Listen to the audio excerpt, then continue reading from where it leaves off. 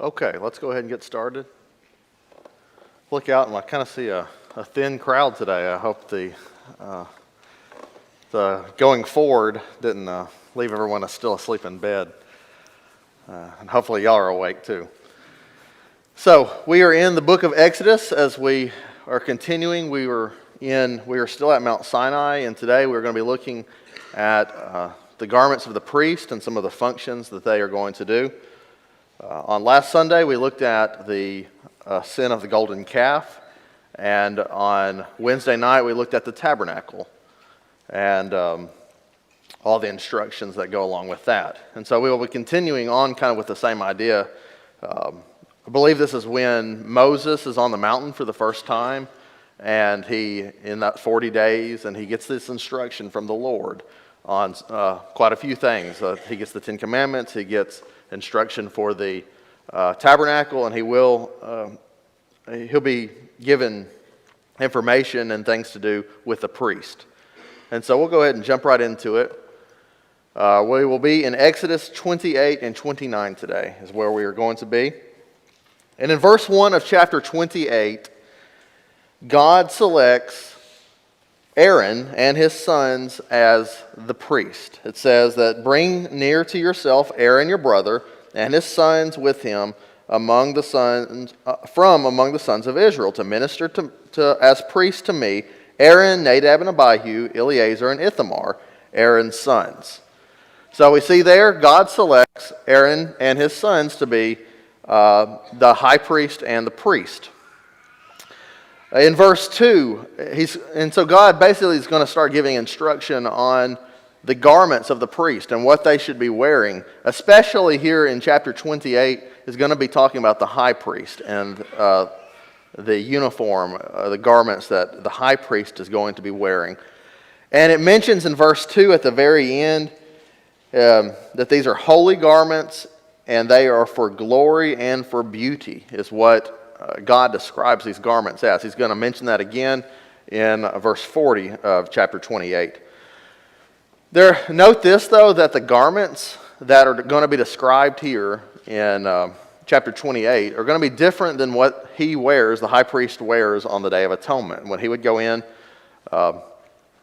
before the Lord, before the Ark of the Covenant, in the most holy place, he would change his clothes. He would, bathe and change his clothes, and he would wear a white garment as he entered into the most holy place.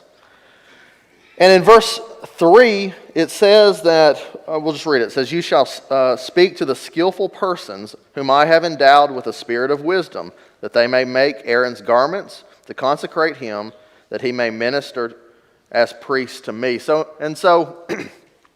God is going to give these gifted artisans, these skillful people, the spirit of wisdom is what my version says. You know, when we build anything today, from houses to buildings of any type to clothing, you're going to have people that would go, nowadays it's all computer programs that you go in and you would design whatever it may be, right?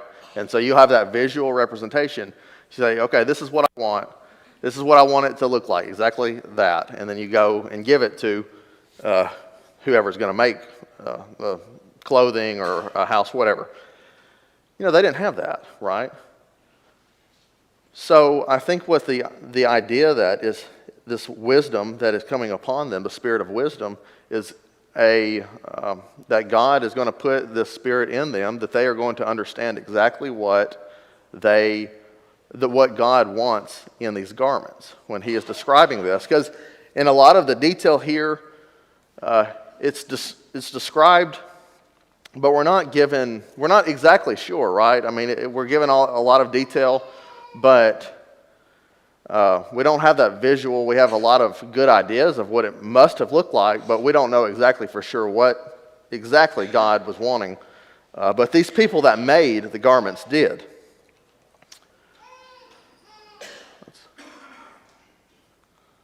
Oh, there we go. Okay, continuing on. Looking at the Levites, this is a quote from the Waldron's book. It says, "The Levites will soon be numbered, organized, and presented to Aaron as his assistants. But though the Levites will serve as the assistants to the priest, God was quite specific in saying that the priests themselves were to be Aaron, his sons, and his direct descendants after him. That is, all priests were Levites, but none of the Levites, except for the direct descendants of Aaron, could offer sacrifices or perform any of the duties specifically assigned a priest. There were times in their history when some of the Levites themselves objected because they were not allowed to offer sacrifices, and they were punished severely for their rebellion." That is referring to the rebellion of Korah that we'll look at later in the quarter. Here's the genealogy of the priesthood. Of course, it's going to be Aaron and his sons, so it's from the house of Levi, from the tribe of Levi. You have Kohath here, Amram, the father of Moses and Aaron and Miriam. And you see Aaron there, you see Moses.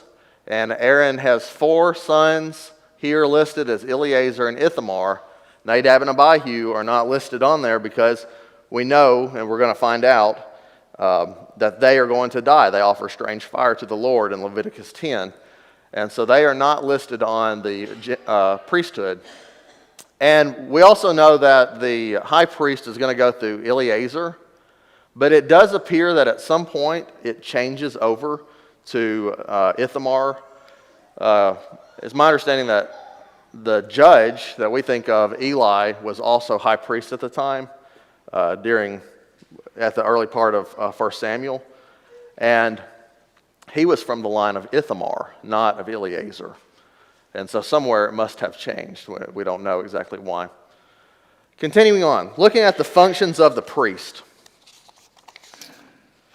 Another quote from the Waldron's book says, "The sacrifices," and just kind of to get your mind around this, these next couple slides are going to be, we're looking at what some of the functions that they would be doing in worship. It says here, the sacrifices to be offered under the law of Moses were much more complex than they were during the patriarchal period. It is essential to have people set apart who would have nothing else to occupy their attention but the offering of the holy things of the Lord.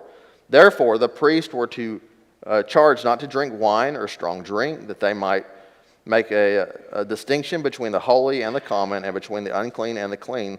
And they were commanded to teach Israel all the statutes of the Lord. Leviticus 10 is going to mention they should not be drinking strong drink like that. And then in Malachi 2, it is instructing, it's telling that the priests are to be the messenger of the Lord to teach the law. And so they are to be set apart from the common people, right? They're going to be mediating between God and his people. Here are the last 2 kind of quotes we have here. It says, "It was their task," we're still talking about this is what the priest should be doing, "to keep charge of the sanctuary and the charge of the altar, that there be no wrath upon the children of Israel." In the New Testament, the Hebrew writer says that the high priest says of the high priest, "And by reason thereof is bound, as for the people, so also for himself, to offer for sins," or offer sacrifices for sins. And so one of the things that they're going to be doing is offering sacrifices to the Lord for the sins of the people and for themselves.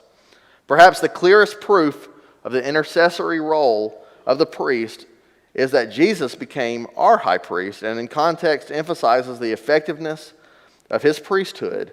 The Hebrew writer says, "He ever liveth to make intercession for them."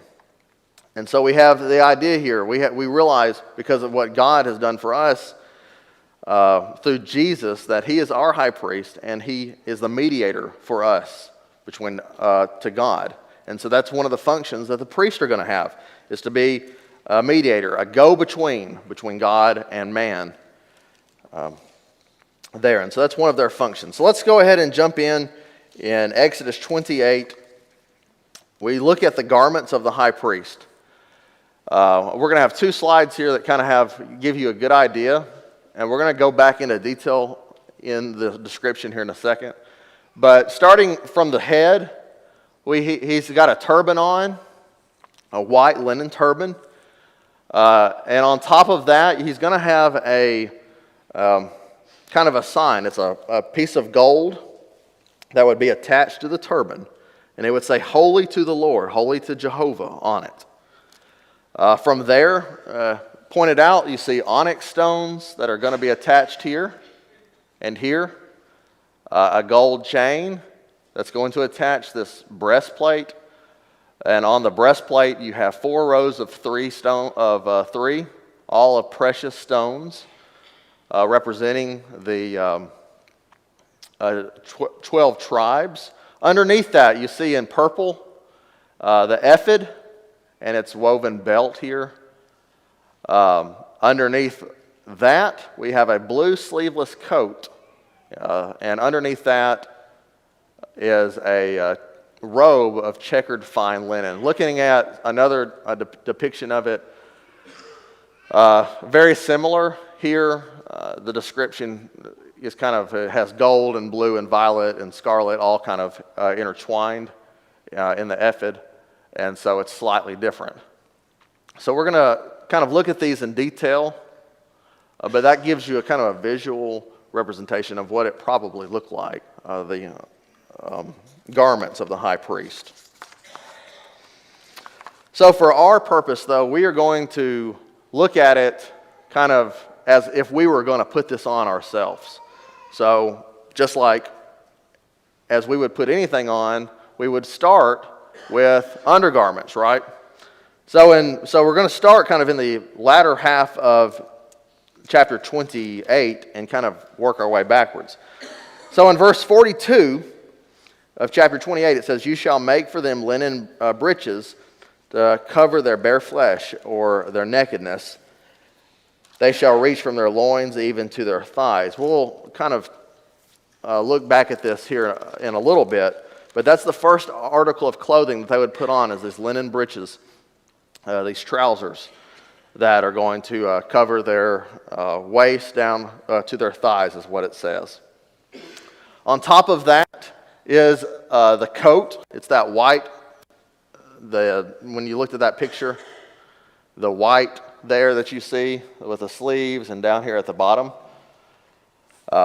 It's mentioned in verse 39, "You shall weave the tunic of checkered work of fine linen." And then it also mentions the turban. We'll get to that here in a minute. And so a lot of times, looking at kind of the Hebrew, I think there's an indication that when it says a fine linen, that it's kind of automatically going to be a white color. And so that's why I think it is a white checkered of some sort. We're not exactly sure, but that's kind of gives you an idea. On top of that is this robe.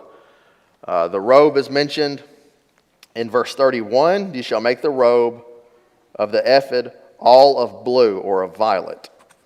There shall be an opening at its top in the middle of it. Around its opening there shall be a binding of woven work, as like the opening of a coat of mail, so that it shall not be torn."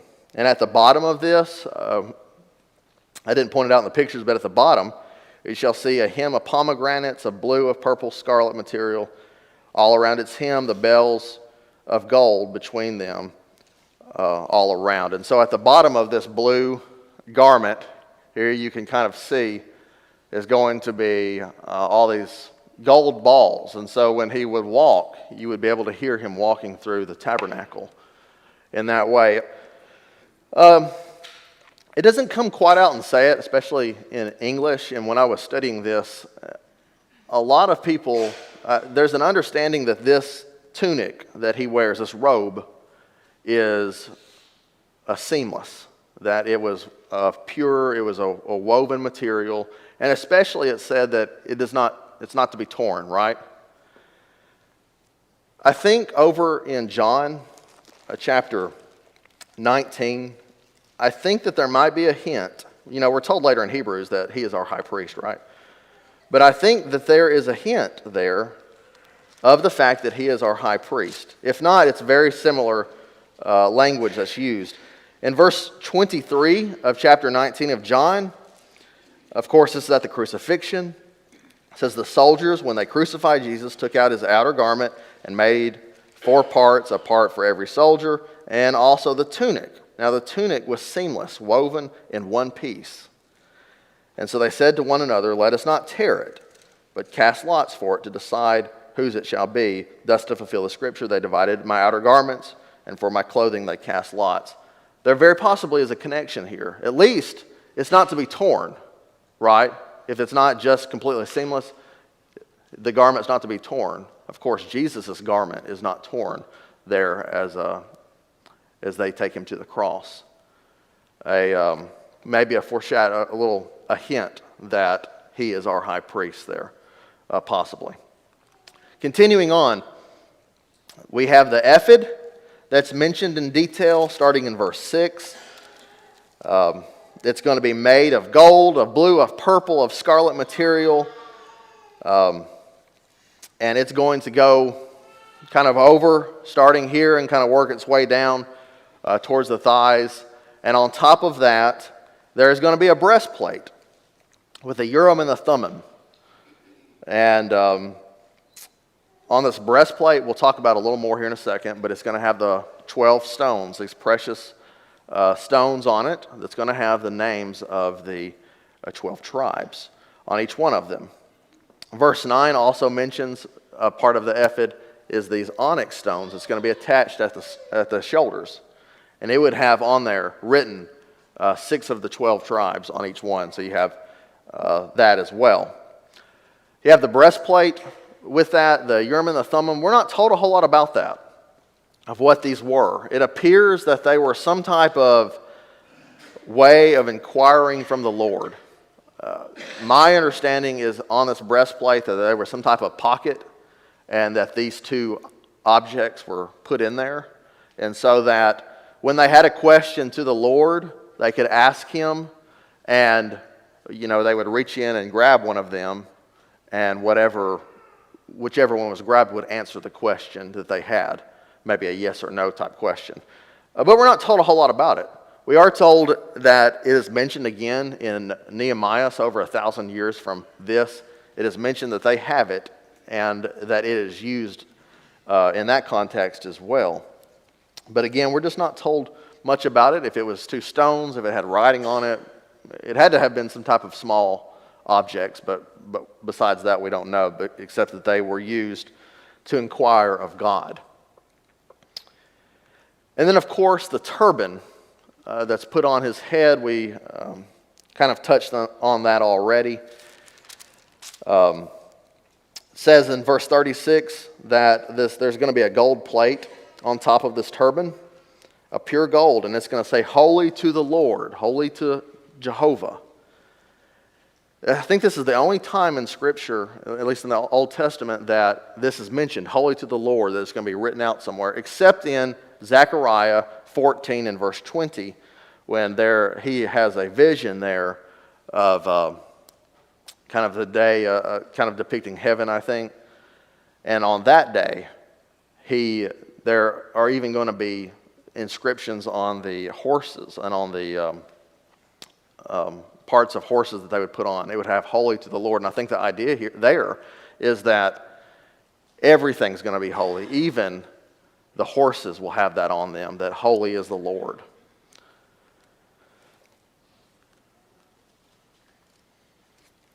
Okay, let's look at the breastplate really quickly.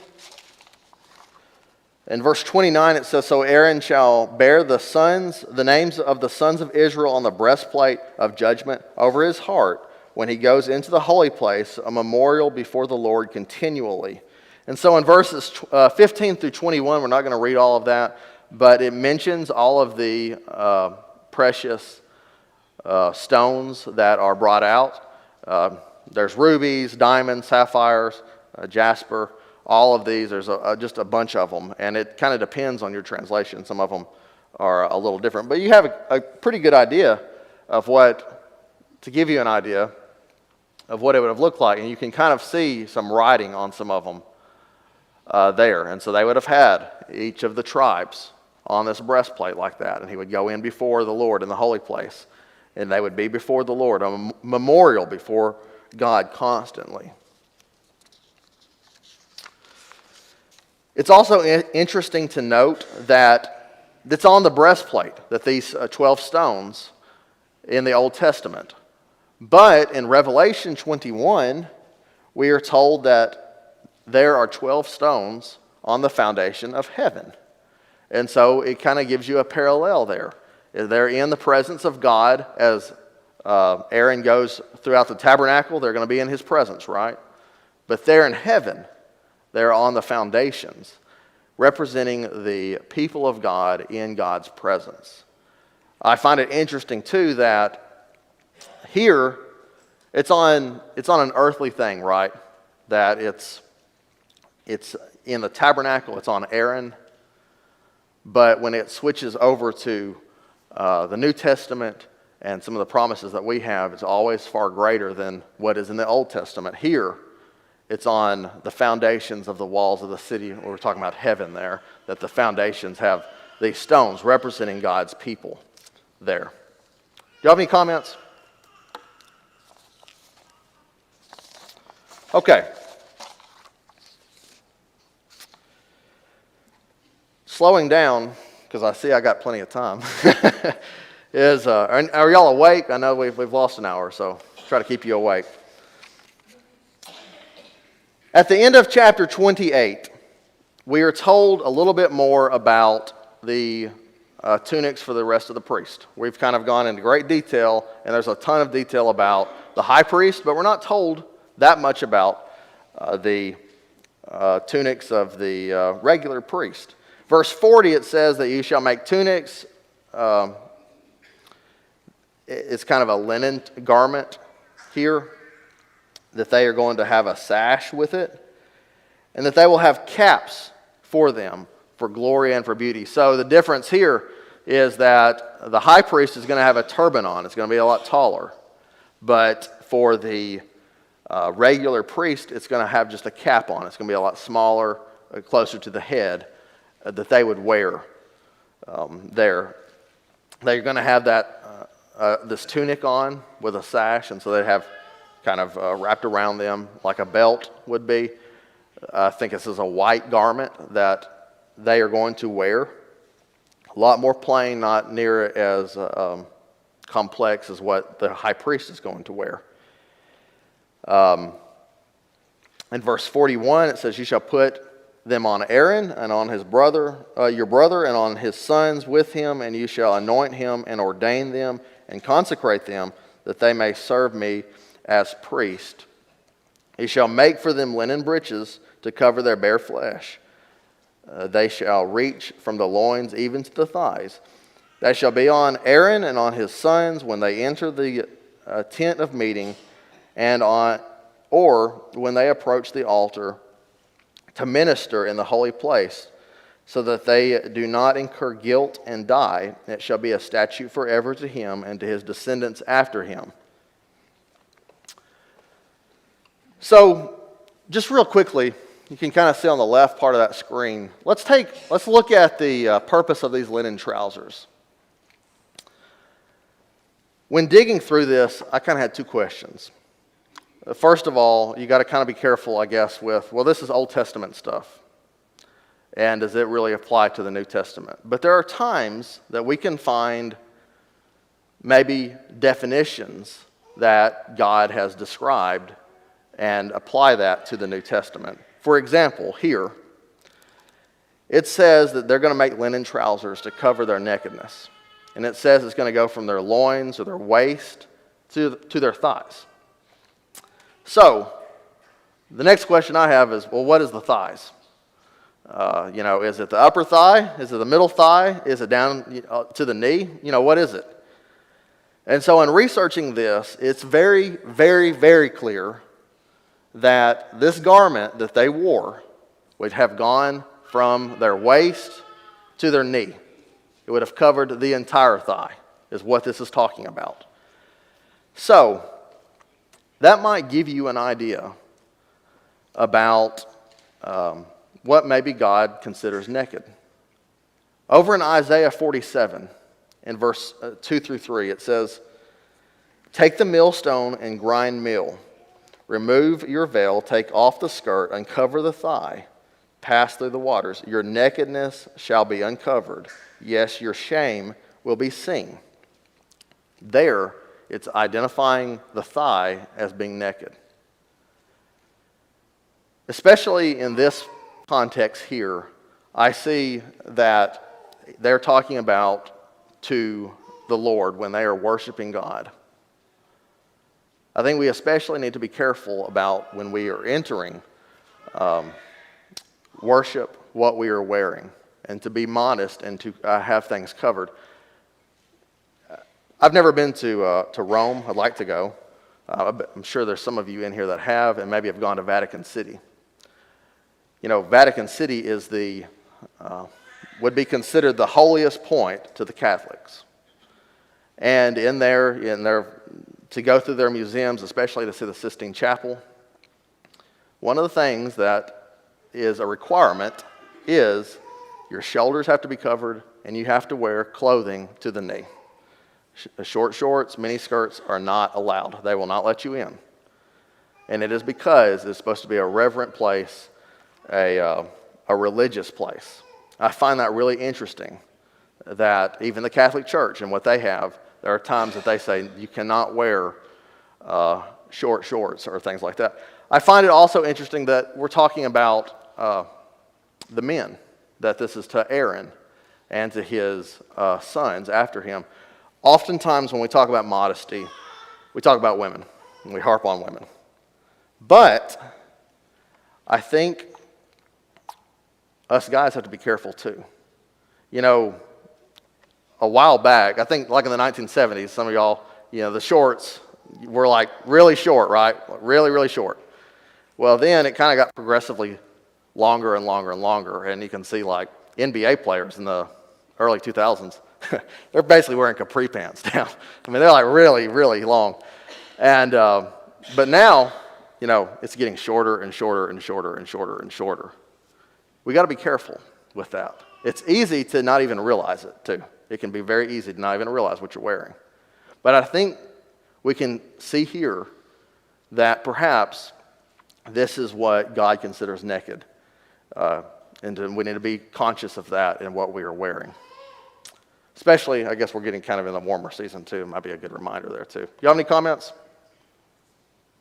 Steve? I do have this, Cameron. I do think it's interesting as well. And I don't want to make too much of this. I know you're not trying to either, but it is interesting to help us.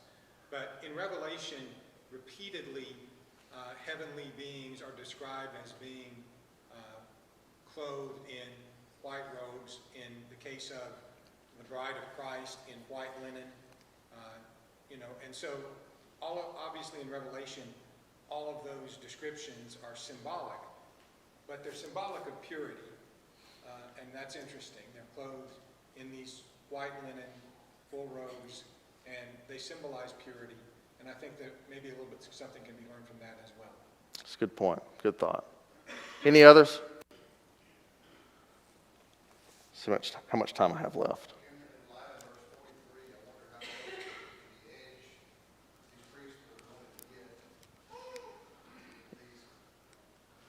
Oh, yeah, considering that if they didn't wear them or whatever it was, it's punishable by death, right? Yeah, that's a good thought there.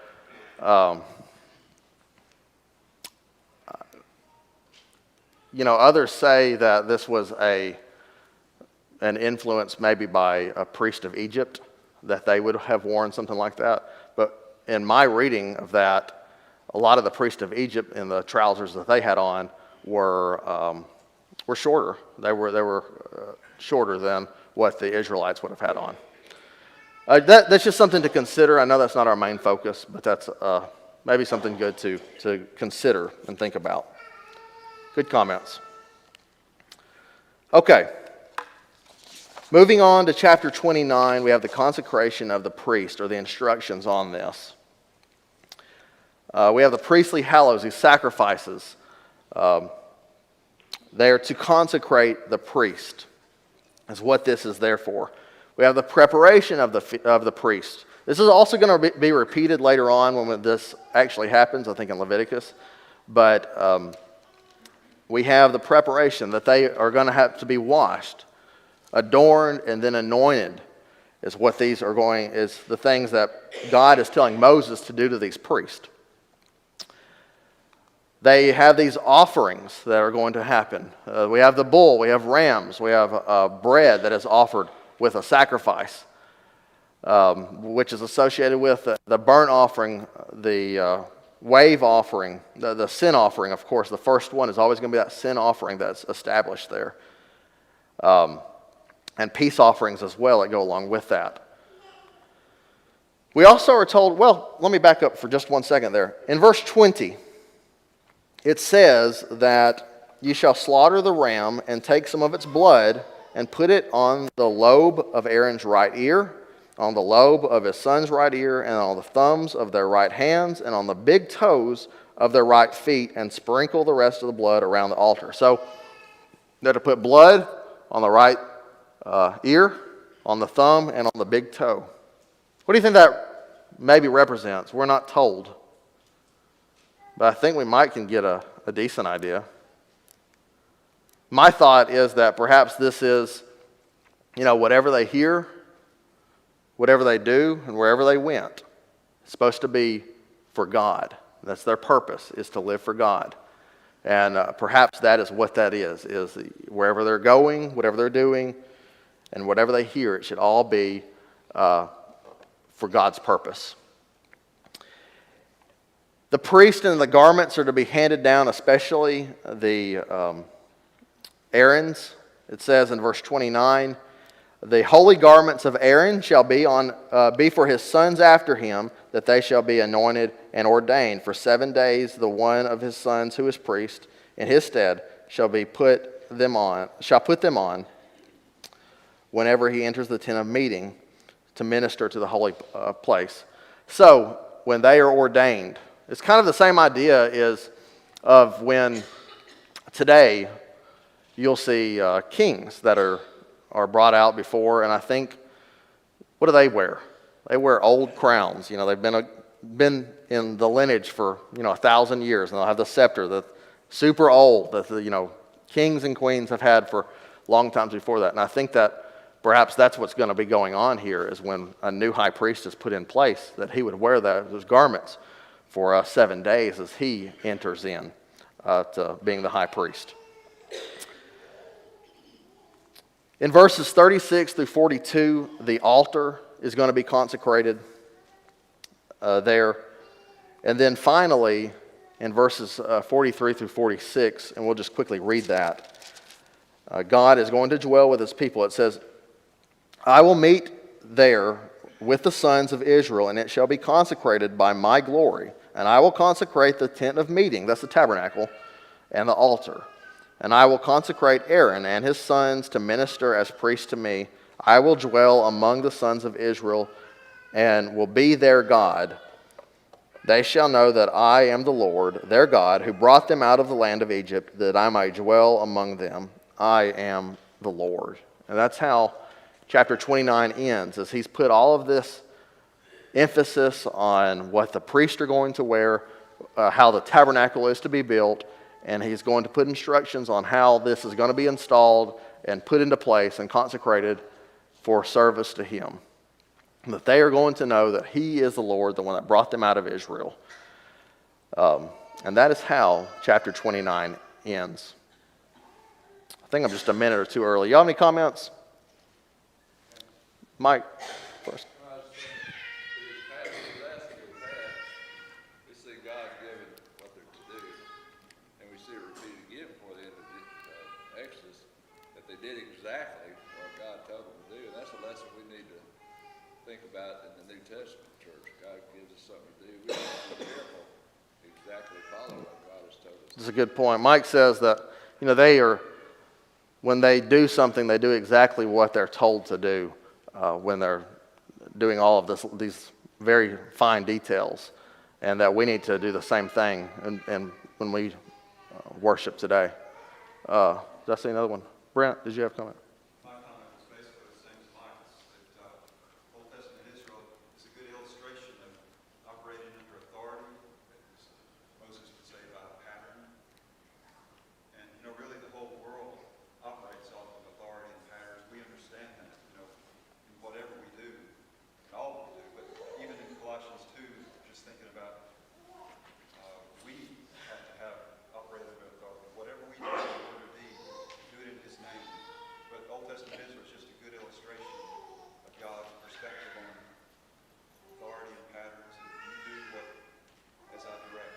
Right. It's a good comment. Anything else? Okay, we'll stop there then. Thanks, everybody.